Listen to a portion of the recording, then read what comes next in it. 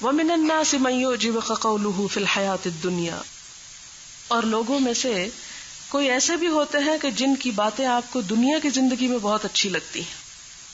بات یہ ہے کہ جو شخص مصلحت کو دین بناتا ہے نا، مصلحت کو، اس کی باتیں ہمیشہ لوگوں کو بھلی معلوم ہوتی ہیں، کیونکہ وہ لوگوں کی پسند دیکھ کر بات کرتا ہے، حق ناحق دیکھ کر بات نہیں کرتا.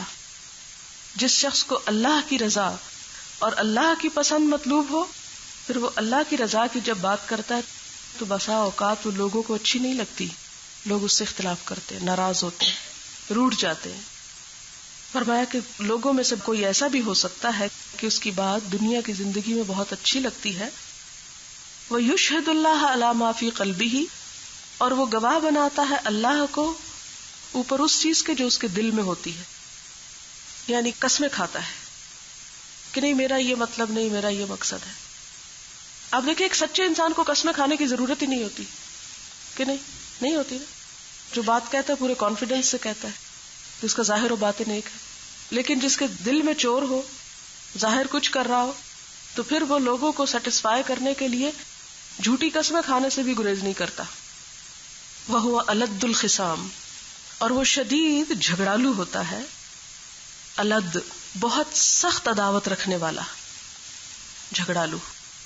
وَإِذَا تَوَلَّى، اور جب وہ لوٹتا ہے، سعى فی الارض، کوشش کرتا ہے زمین میں، لیفسد فیہا، کہ اس میں فساد کرے، ویہلک الحرث والنسل، اور کھیت اور نسلوں کو ہلاک کرتا ہے. واللہ لا یحب الفساد، اللہ فساد کو پسند نہیں کرتا. اس شخص کے چونکہ قول اور فعل میں تضاد ہے، اس لیے زمین میں فساد ہے. قول اور فعل کا تضاد زمین میں فساد پیدا کرتا ہے. پہلے پارے میں آپ پڑھ چکے ہیں، منافقین سے کہا گیا تھا نا لا تفسدوا فی الارض قالوا انما نحن مصلحون. ان کے فساد کی وجہ کیا تھی کہ جب اپنوں سے ملتے تھے کہتے تھے ہم تمہارے ساتھ ہیں، جب مسلمانوں کے پاس جاتے تو کہتے ہم تمہارے ساتھ ہیں. تو دو رخی پالیسی تھی نا ان کی. تولا کا ایک معنی پلٹنا. کہاں سے پلٹنا؟ یعنی خوبصورت باتیں کر کے، قسمیں کھا کے، یقین دہانیاں کرا کے جب عملی زندگی میں آتا ہے، اس کا دین ایمان کیا ہوتا ہے؟ صرف ذاتی مفاد، ذاتی اغراض. لہذا اپنے ذات اور اپنے فائدے کے لیے اسے کچھ بھی نقصان کرنا پڑے، کسی بھی چیز کا، اس سے کوئی فرق نہیں پڑتا. خواہ وہ زمینوں کی تباہی ہو یا وہ انسانوں کی یا نسلوں کی. اور نسل میں انسانی نسلیں، جاندار ہر نسلیں موجود، اور اللہ کو فساد پسند نہیں. تولا کا ایک معنی اقتدار حاصل ہونا بھی ہوتا ہے. ایسے شخص کو جب اقتدار حاصل ہوتا ہے زمین میں تو وہ کیا کرتا ہے؟ فساد پھیلاتا ہے. کیونکہ اس نے اقتدار عوام کی خدمت کے لیے نہیں حاصل کیا، بلکہ کس لیے حاصل کیا ہے؟ اپنے فائدوں کے لیے. لہذا جب اسے اپنے فائدے چاہیے یا اپنے فائدے کرنے ہیں تو اس کے لیے وہ کسی بھی چیز کے نقصان کی پرواہ نہ کرے گا. یہلک الحرث والنسل، حرث و نسل تباہ کرے گا. آپ دیکھیں العبرۃ بعموم اللفظ لا بخصوص السبب، یہ ایک اصول ہے. العبرۃ بعموم اللفظ لا بخصوص السبب، کہ یہ جو عبرت ہے یہ کس سے ہے؟ عمومی لفظوں کے ساتھ ہے، یعنی لفظ کے عام معنی میں ہے، نہ کہ کسی خاص سبب کی طرف اشارہ ہے. یہاں یہ معنی ہے العبرۃ بعموم اللفظ، یعنی یہ جو الفاظ ہیں اس میں کوئی بھی ایسا کردار جو یہ کام کرتا ہو وہ اپنے آپ کو رکھ کے دیکھ لے، کسی خاص سبب کے لیے نہیں آئی آیت. اچھا اب آپ دیکھیں کہ اس میں آپ انڈیویجولز کو بھی لے سکتے ہیں، اس میں آپ حاکموں کو لے سکتے ہیں کہ وہ پہلے کیا کرتے ہیں؟ وَمِنَ النَّاسِ مَن يُعْجِبُكَ قَوْلُهُ فِي الْحَيَاةِ الدُّنْيَا، لوگوں کو جذباتی نعرے اور کیا کرتے وعدے اور طرح طرح کے لوگوں کی بھیڑ اکٹھی کرنے کے لیے ہر قسم کی خوشنما باتیں کرتے، سبز باغ دکھاتے، زمین آسمان کے کلابے ملاتے، ٹھیک ہے، اور لوگ مسحور ہو جاتے بس اس کو ووٹ دینا ہے ہم نے. وہ کوئی بھی ہو، میرا اشارہ کسی ایک خاص شخص کی طرف نہیں ہے، جو بھی ایسا کرے. لیکن ہمارے ہاں تو یہی ہوتا آ رہا ہے نا ہمارے ملک میں. تو اس میں وہ کیا کرتے ہیں؟ پہلے بہت خوشنما باتیں کرتے ہیں اور قسمیں کھاتے ہیں، یشہد اللہ علی ما فی قلبی وہو الد الخصام. الد الخصام سخت جھگڑالو ہے. جھگڑالو ہونے میں تو کوئی ان سے آگے جا نہیں سکتا. جتنے جھگڑے ہمارے لیڈرز میں ہیں، عوام میں ہے کہیں؟ کبھی نہیں. مجھے بہت ساری مختلف قسم کی گیدرنگ میں جانے کا موقع ہوتا ہے اور ہر طرح کے سیاستدانوں مختلف جگہوں. مجھے کئی دفعہ کچھ شادیوں میں جانے کا اتفاق ہوا، جو سیاستدانوں کی شادیوں میں نا، بڑے ٹاپ لیول پہ. اب وہاں جا کر جب میں فرسٹ ٹائم مجھے یہ ایکسپیرینس ہو تو مجھے بڑی تکلیف ہوئی، لیکن اس کے بعد پھر عادی ہو جاتا ہے نا انسان، کہ اس ایک مجلس کے اندر مجھے اتنے اپوزٹ قسم کے لوگ یوں شیر و شکر ہو کے ملتے میں نے دیکھے کہ میں نے کہا یہ ساری لڑائی عوام کو لڑانے کے لیے، اور یہ خود کتنی ان کے درمیان تعلق ہے، دوستی ہے، محبت ہے، ایک دوسرے کی شادیوں میں بھی شریک ہو رہے ہیں، لینا دینا بھی چل رہا ہے، سب کچھ چل رہا ہے، لیکن لوگوں کو دکھانے کے لیے لڑ رہے ہیں اور لوگوں کو لڑا رہے ہیں کہ کیا ہو رہا ہے. تو یہ کہا کہ وَإِذَا تَوَلَّى سَعَى فِي الْأَرْضِ لِيُفْسِدَ فِيهَا، جب اسے زمین میں اقتدار ملتا ہے تو فساد پھیلاتا ہے اور کھیتوں کو ہلاک کرتا ہے، نسل کو. اچھا ایک اور چیز آپ دیکھیں کہ اس وقت جو تھرڈ ورلڈ ہے اس کے اندر بہت سی ملٹی نیشنل کمپنیاں ایسی کام کر رہی ہیں، ایسے پیسٹیسائڈز، ایسے میڈیسنز فروخت ہو رہے ہیں اور اسپرے کرنے کے لیے، کیڑوں کو مارنے کے لیے ایسی چیزیں استعمال ہو رہی ہیں کہ جو ان کے اپنے ہاں بین ہے. یہاں وہ لاکھوں کی تجارت کرتے ہیں اور اس سے جو ہماری نسلیں ہلاکت کا شکار ہو رہی ہیں، اور کھیت، اور صرف کھیت نہیں بلکہ ہمارے پورا سائیکل نیچر کا ڈسٹرب ہو گیا ہے کہ وہ کیڑے مکوڑے جو مارے گئے ان دوائیوں کے ساتھ، اس سے کئی ایسے کیڑے مکوڑے مر گئے جو کھیتوں ہی کے لیے ضروری تھے. پھر وہ جو پرندے کھاتے تھے، پرندوں کو کھانا نہیں ملا، پرندے مر گئے، جو مخلوق پرندے کھاتی تھی وہ، تو پورا ایک سائیکل ڈسٹرب ہو گیا. اور ہم خوش ہیں کہ جی ہماری بہت پیداوار ہو رہی ہے، اور کسان ہے کہ سود کے نیچے دبتے چلے جا رہے، سودی قرضوں کے تحت. اتنی مہنگی ایک ایک بوٹل آتی ہے یہ جو پیسٹیسائڈز جو ہیں. اور پھر آپ دیکھیں کہ اس سے کینسر کی بے شمار قسمیں جو ہیں ان انسیکٹیسائڈز سے ڈیولپ ہوتی ہیں جسم کے مختلف حصوں میں. خواتین اگر پریگننٹ ہو تو جو بیبی کے ڈیولپنگ فیچرز ہوتے ہیں وہ ڈسٹرائے ہوتے ہیں. پھر شدید قسم کے ٹاکسک ایفیکٹس ہوتے ہیں. امریکہ، عراق اور جاپان 3 ملکوں میں بیک وقت عورتوں نے کچھ ایسے بچوں کو جنم دیا جو مینٹلی ریٹارڈڈ تھے اور ان کی سمپٹمز ایک جیسی تھی، یعنی بیماری کی. تو انہوں نے جب اس کو اسٹڈی کیا کہ کیا وجہ ہے کہ ان 3 ملکوں میں ہی یہ بیماری ایک جیسی ہے، تو پتہ چلا کہ وہ ایک فنگسائڈ استعمال کر رہے تھے جس کو وہ اپنے کارن کی جو فصل تھی، مکئی کی، اس پر چھڑکاؤ کرتے تھے. اب اس چھڑکاؤ کرنے سے جو وہ مکئی انسانوں نے اور جانوروں نے کھائی، وہ جانوروں کا گوشت جب استعمال کیا گیا اور وہ خواتین نے استعمال کیا، تو صرف آپ دیکھیں کہ ایک زہر پہلے پودے میں گیا، پودے سے حیوان کے جسم میں گیا، حیوان سے عورت کے جسم میں آیا، اور اس سے اس کے بچے پہ جا اثر پڑا کہ اس کا دماغ جو ہے وہ صحیح کام نہیں کر رہا. یہلک الحرث والنسل، کہاں تک افیکٹ گئے. اور یہ several thousand بیبیز کے اوپر اس کا افیکٹ ہوا.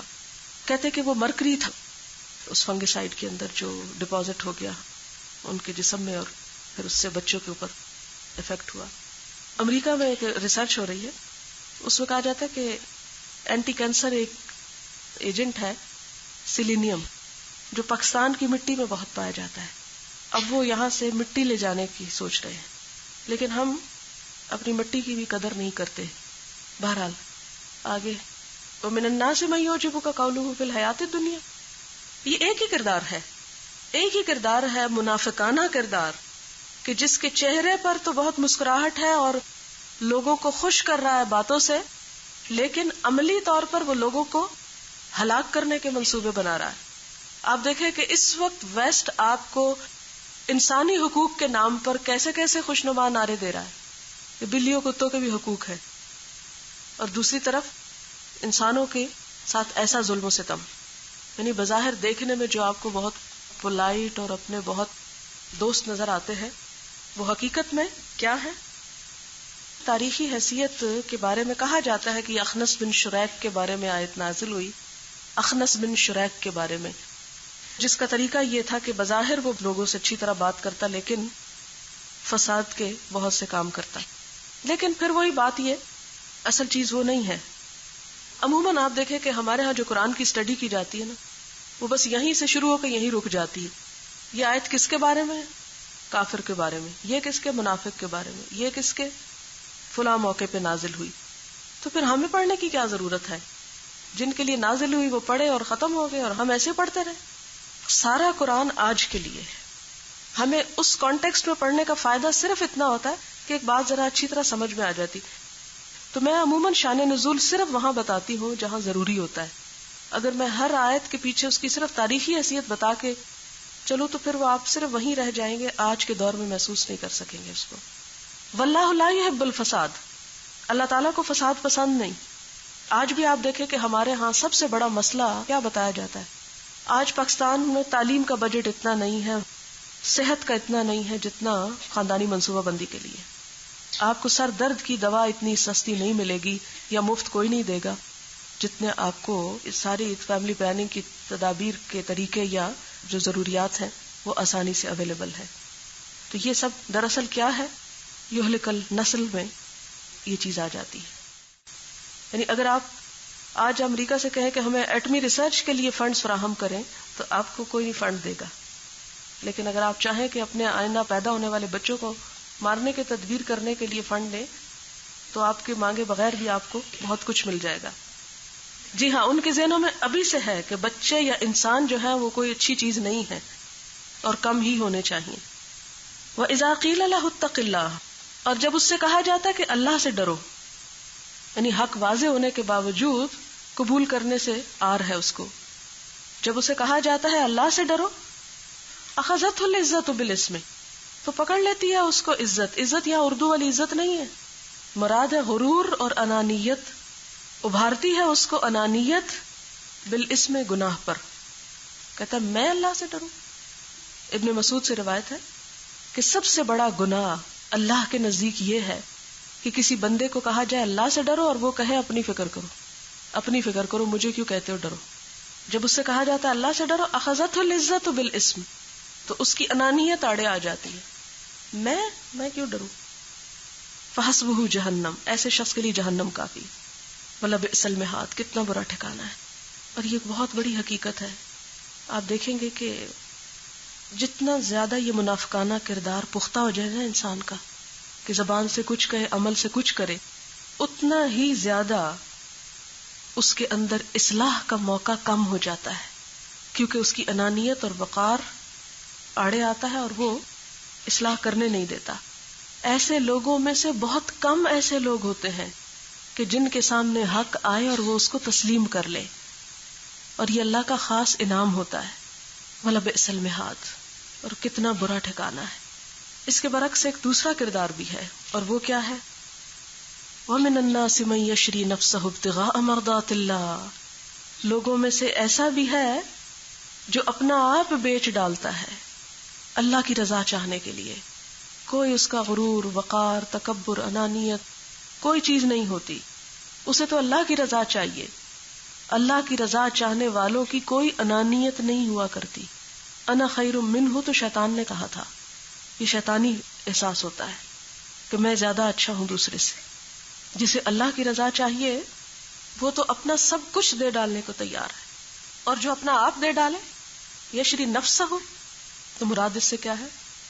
دنیا کے مقابلے میں جو آخرت کو ترجیح دیتا ہے، جو آخرت کا فائدہ سوچتا ہے، جو آخرت کی فکر کرتا ہے، وہ پھر اپنا کچھ بھی بچا کے نہیں چھوڑتا. اور اس کی سب سے بڑی مثال خود حضرت ابراہیم علیہ السلام ہے. اذ قال له ربه اسلم، جب اس کے رب نے کہا کہ اسلم، سر تسلیم خم کر دو، قال اسلمت لرب العالمین. پھر جب بیٹے کو قربان کرنے کا وقت آیا، فلما اسلم وتلہ للجبین، دونوں نے سر تسلیم خم کر دیا اور اسے پیشانی کے بل گرایا بیٹے کو کہ ذبح کروں. الٹا گرایا تھا نا کہ دیکھے نا. تو یہی ہے اپنے آپ کو بیچنا. حضرت صہیب رومی کے بارے میں آتا ہے کہ مکہ سے مدینہ روانہ ہوئے تو راستے میں کفار قریش کے گروہ نے روک لیا، جانے نہیں دے رہے تھے ہجرت کر کے. کہنے لگے کہ تم خالی ہاتھ یہاں سے آئے تھے تو یہ اس طرح تھوڑی نکل جاؤ گے اپنا مال لے کے. تو صہیب سواری سے اتر آئے اور ان کے ترکش میں جتنے تیر تھے نکال لیے اور کہا کہ میں تم سب سے اچھا تیر انداز ہوں، ایک ایک برساؤں گا جب تک میری جان میں جان ہوگی، پھر تلوار سے کام لوں گا. وہ بھی ٹوٹ گئی تو اپنا آپ پیش کر دوں گا، لیکن ایک بات بتاتا ہوں، میرا فلان جگہ پر مال ہے وہ لے لو اور میرا راستہ چھوڑ دو، مجھے ہجرت کرنا، میں نے جانا ہے، میں واپس نہیں جاؤں گا. تو کہا جاتا ہے کہ اس موقع پہ یہ آیت اتری تھی کہ وہ شخص بھی ہے جو اللہ کی خاطر اپنا سب کچھ دے ڈالتا ہے، اپنا سب کچھ بیچ ڈالنا چاہتا ہے. خیر، اپنا سارا مال قربان کر کے مدینہ پہنچے. حضور صلی اللہ علیہ وسلم کو قصہ سنایا.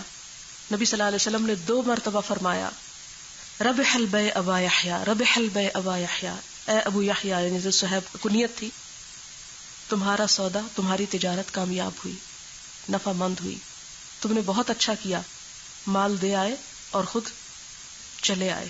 کیا ہم میں کسی کے پاس ہے یہ جذبہ کہ وہ اللہ کی خاطر اپنا سب کچھ دے سکے؟ اسی لیے آگے فرمایا واللہ رؤوف بالعباد، اللہ اپنے بندوں پہ بڑی شفقت کرنے والا ہے.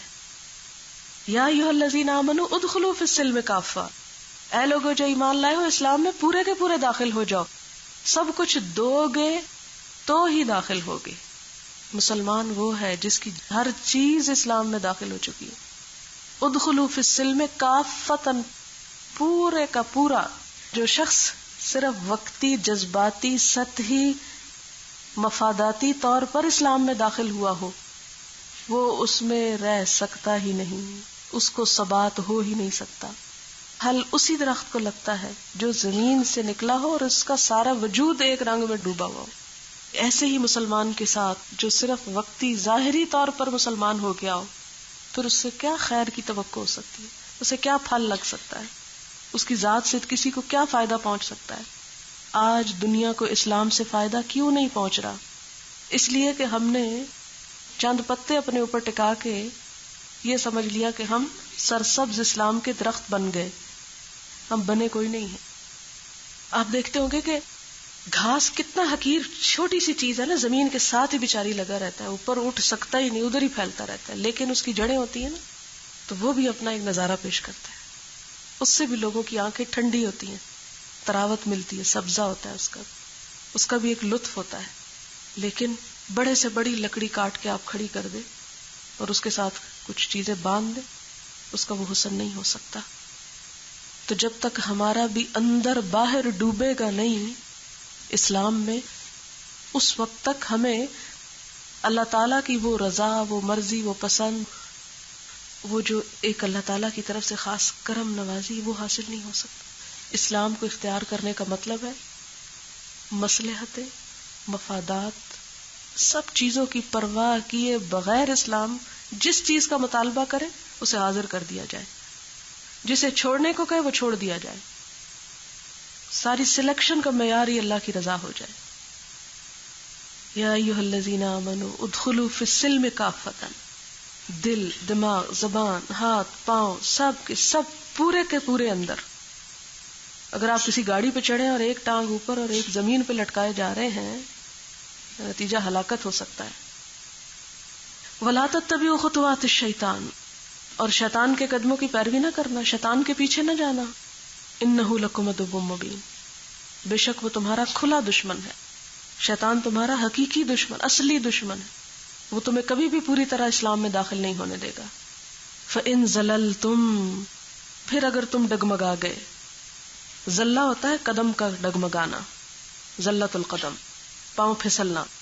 اگر تم پھسل گئے، من بعد ما جاءتکم البینات، اس کے بعد کہ تمہارے پاس روشن نشانیاں آ گئیں. فَاعْلَمُوا أَنَّ اللَّهَ عَزِيزٌ حَكِيمٌ، تو جان لو کہ اللہ تعالی زبردست ہے، حکمت والا ہے.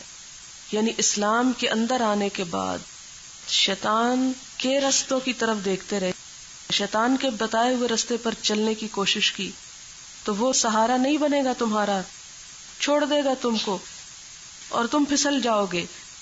اگر تم پھسل گئے دلائل آنے کے بعد تو پھر یاد رکھو تمہارا کوئی مددگار نہ ہوگا.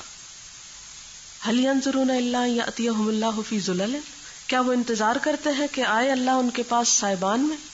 ذلہ کہتے سایہ دار بادل کو، غمامہ سفید بادل کو کہتے ہیں. من الغمام سفید بادلوں میں سے. والملائکۃ اور فرشتے بھی آ جائیں. وقضی الامر اور پورا ہو جائے کام، یعنی فیصلہ کر ڈالا جائے.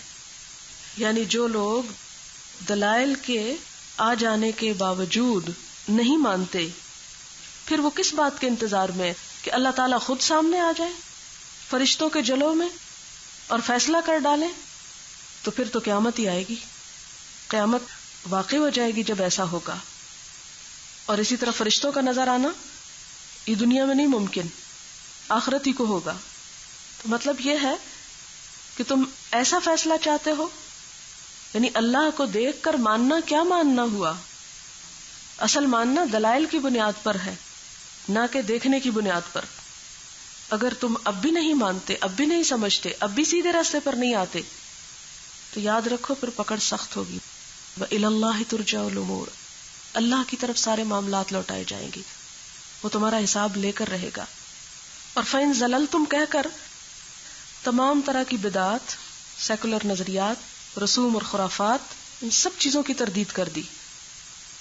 انہیں چھوڑو گے تو صحیح مسلمان بنو گے، اور اگر سب ہدایت پوری ہو گئی تم پر پھر بھی نہیں مانتے تو قیامت کے دن کا انتظار کر رہے ہو. تو قیامت کے دن تو پھر حساب کتاب ہی ہوگا، وہاں ماننے کا دن نہیں ہوگا. آپ دیکھیں کہ ہم اپنے آپ کو اللہ کے حوالے کرنے سے ڈرتے ہیں، ہے نا، کہ پتہ نہیں کیا ہو جائے گا. اسی لیے تو کہا ان اللہ عزیز حکیم وإلی اللہ ترجع الامور. دیکھو اللہ سے بڑھ کے بھی کوئی طاقتور ہے کہ جس کے حوالے تم اپنے آپ کو کیے ہوئے ہو؟ اللہ سے بڑھ کر کسی کی طاقت ہے؟ کسی کی نہیں.